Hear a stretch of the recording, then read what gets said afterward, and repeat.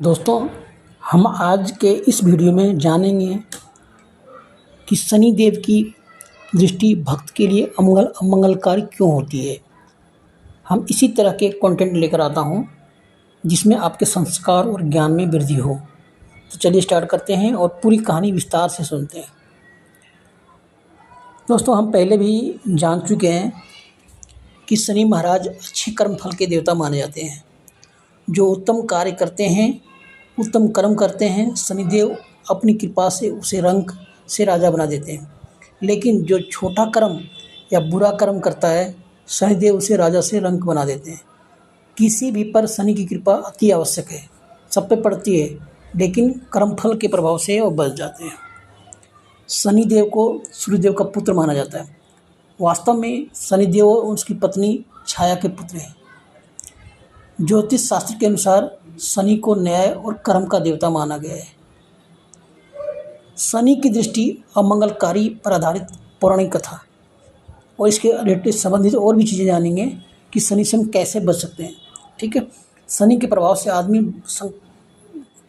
के विपत्ति का प्रभाव पहाड़ टूट पड़ता है, लेकिन घबराए नहीं, मैं सारे चीज़ बताऊंगा कैसे बच सकते हैं।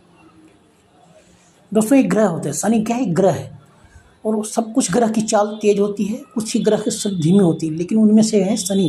उसकी ग्रह चाल बहुत धीमी होती है। धीमी गति के कारण जिस पे शनि का प्रकोप पड़ता है वो साल 2 साल तक चलता ही रहता है। 2.5 साल के बाद उसकी ग्रह नक्षत्र बदलती है। ग्रह की चाल सबसे तेज होती है, लेकिन कुछ ग्रहों की गति बहुत धीमी होती है और जिसकी धीमी होती है वे बहुत ही खतरनाक होते हैं। वैसे ही है शनि ग्रह। इसलिए शनि का प्रकोप जिस पर ज़्यादा होता है उसे शनि का 7.5 भी कहा जाता है या ढैया कहा जाता है। शनि का नाम सुनते ही मन में डर पैदा हो जाता है। किसी की भी बोल दो शनि ग्रह, वो डर जाते हैं, एक बार तो पीछे हट जाते हैं। यानी शनि का बहुत प्रकोप होता है। शनि से सब लोग जानते हैं, क्योंकि शनि की 7.5 बहुत ही खतरनाक होती है।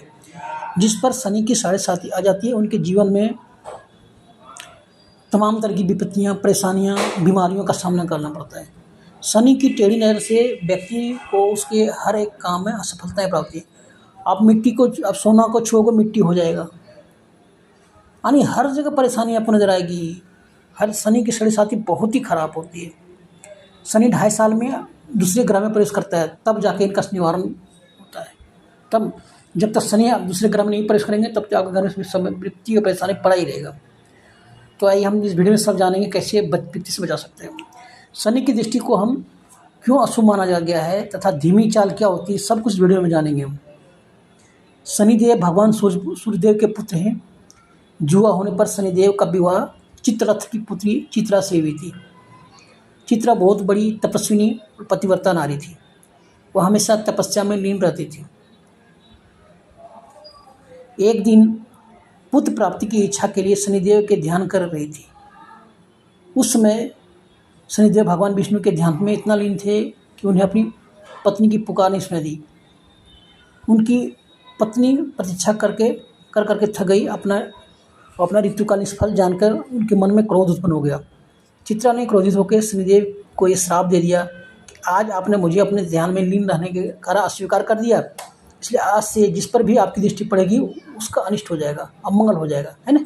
तो यानी शनिदेव की पत्नी ने शनिदेव पे श्राप दिया है कि जो लोग आपको देख रहे नज़र मिला लेगा आपसे, उनका अमंगल होगा, उसका विनाश हो जाएगा, है ना। इसलिए इस पत्नी के श्राप के कारण शनिदेव हमेशा अपना सिर नीचा रखते हैं, क्योंकि वे नहीं चाहते हैं कि मेरे कारण किसी का अमंगल हो, अनिष्ट हो।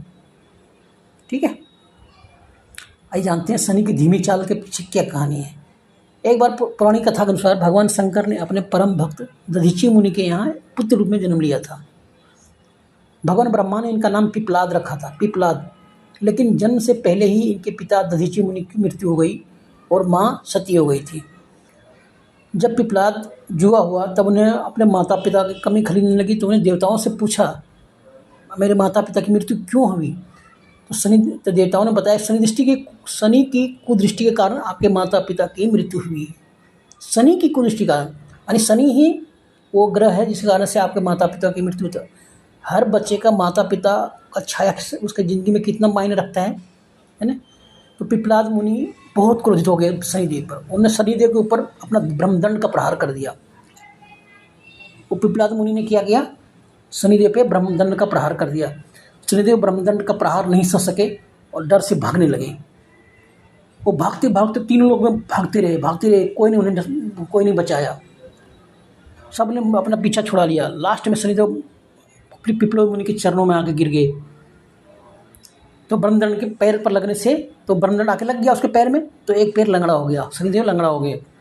तब देवताओं ने पिपलाद मुनि से शनिदेव को क्षमा करने के लिए कहा। तो सारे देवता वहाँ पे इकट्ठा हो गया। उन्होंने पिपलाद मुनि से बोला, महर्षि आप इनको क्षमा कर दीजिए। तो देवताओं के कहने पर शनिदेव तो न्यायाधीश हैं और वे तो अपने कर्तव्य को पालन करते हैं।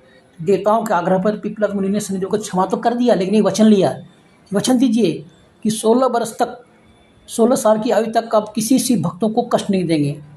आने वाले शिव भक्त हैं दोस्तों, तो आपके घर में कभी शनि का प्रकोप 16 साल तक नहीं होगा, और यदि ऐसा हुआ तो शनिदेव भस्म हो जाएंगे, है ना। ये भी वचन ले लिया कि जो शिव भक्त है उसके घर में 16 साल तक आपका कोई प्रभाव नहीं पड़ेगा, और अगर ऐसा उल्टा प्रभाव पड़ गया तो आप भस्म हो जाओगे। तभी से पिपलाद मुनि का स्मरण करने से मात्र से ही शनि की पीड़ा दूर हो जाती है। इसलिए अगर आपके यहाँ पर शनि की दृष्टि है तो पिपलाद मुनि का नाम लीजिए, ओम भोलेनाथ का नाम लीजिए, सारे ग्रह खत्म हो जाएंगे, ठीक है। और अगर आपके घर में नकारात्मक ऊर्जा है और उसे दूर करना चाहते हैं तो शनिदेव की मूर्ति या तस्वीर के सामने सरसों के तेल से भरा दीपक जलाएं, है ना। सरसों के तेल से भरा वो दीपक तेल भराना चाहिए और जलता रहना चाहिए पेड़ में। और अगर आप शनिदेव को तेल चढ़ाने जा रहे हैं तो सरसों या तिल का तेल जरूर चढ़ाएं, और लोहे के पात्र में तेल भरकर शनिदेव की प्रतिमा पर अर्पित करें। और तेल चढ़ाते समय आपको ध्यान रखना है, उनके चरणों पर अपनी नज़र रखना है, मात्र उनको देखना नहीं है। नहीं देखोगे तो आपका भी अमंगल हो जाएगा। आपको नज़र अपने चरणों में रखना है। शनिदेव को देख लिया तो आपका अमंगल हो जाएगा। शनिदेव को कोई देखते नहीं है, अगर देख लिया तो गए काम से आप, है ना। दोस्तों, उम्मीद करता हूँ ये वीडियो आप सभी को बहुत पसंद आएगा। हमें वीडियो अपना लाइक ज़रूर दीजिएगा और हमारे चैनल को सब्सक्राइब भी कर लीजिएगा। Thank you.